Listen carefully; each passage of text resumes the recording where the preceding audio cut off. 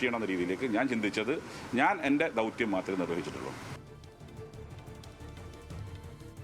മുണ്ടക്കൈ ചൂരൽമല ദുരന്തബാധിതർക്കായി മുസ്ലിം league ആദ്യഘട്ടത്തിൽ കൈമാറിയ വീടുകളുടെ ഗൃഹപ്രവേശന ചടങ്ങ് ഇന്ന് നടക്കും. ദുരന്തത്തിൽ ഉറ്റവരടക്കം സർവ്വവും നഷ്ടമായ 51 കുടുംബങ്ങളാണ് ലീഗ് നിർമ്മിച്ചു നൽകിയ വീടുകളിൽ പുതിയ ജീവിതം ആരംഭിക്കുന്നത്. ഇന്ന് വൈകിട്ട് 4 മണിക്കാണ് ഗൃഹപ്രവേശന ചടങ്ങ് നടക്കുക. മുസ്ലിം ലീഗ് സംസ്ഥാന അധ്യക്ഷൻ സാദിഖലി തങ്ങൾ, പി.കെ. കുഞ്ഞാലിക്കുട്ടി തുടങ്ങിയ നേതാക്കൾ ചടങ്ങിൽ പങ്കെടുക്കും.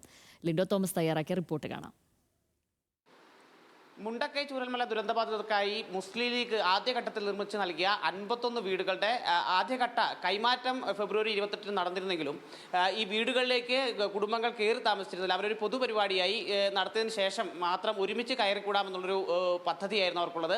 എന്തായാലും ഇന്ന് വൈകിട്ടോടുകൂടി ഈ ആദ്യഘട്ടത്തിൽ മുസ്ലിം ലീഗ് കൈമാറിയ 51 വീടുകളിലും കുടുംബങ്ങൾ താമസം ആരംഭിക്കുകയാണ്. 1-2 വീടുകളൊക്കെ കഴിഞ്ഞ ദിവസം തന്നെ പാലുകാഴ്ച തുടങ്ങിയ ചടങ്ങുകളൊക്കെ നടത്തിയിരുന്നെങ്കിലും മുസ്ലിം ലീഗ് നിർമ്മിച്ചു നൽകിയ വീടുകളിലേക്ക് ഇന്ന് വൈകിട്ടോടുകൂടിയാണ് കയറി താമസിക്കാൻ തുടങ്ങുന്നത്.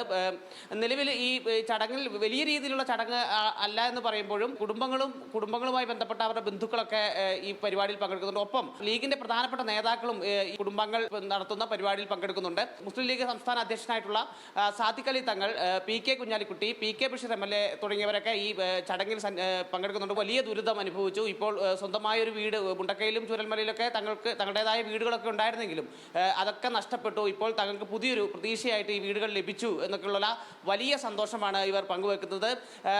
ഈ പറയുന്ന പോലെ 2 ബെഡ്റൂമുകളും അറ്റാച്ച്ഡ് ബാത്റൂമും അടക്കിയ വലിയ സൗകര്യമാണ് ഈ വീടുകളിലുള്ളത്. ഒപ്പം ഫർണിച്ചർ അടക്കമുള്ള സൗകര്യങ്ങൾ ഒരുക്കിയാണ് മുസ്ലിം ലീഗ് ഈ വീടുകൾ കൈമാറിയിട്ടുള്ളത്. വീട് ലഭിച്ച എല്ലാവർക്കും വലിയ സംതൃപ്തിയുള്ള ഒരു വീട് തന്നെയാണ് മുസ്ലിം ലീഗ് നൽകിയിരിക്കുന്നത്. എന്തായാലും ഇന്ന് വൈകിട്ടോടുകൂടി ഈ 51 വീടുകളിലേക്കും ആളുകൾ ഔദ്യോഗികമായി താമസം ആരംഭിക്കും.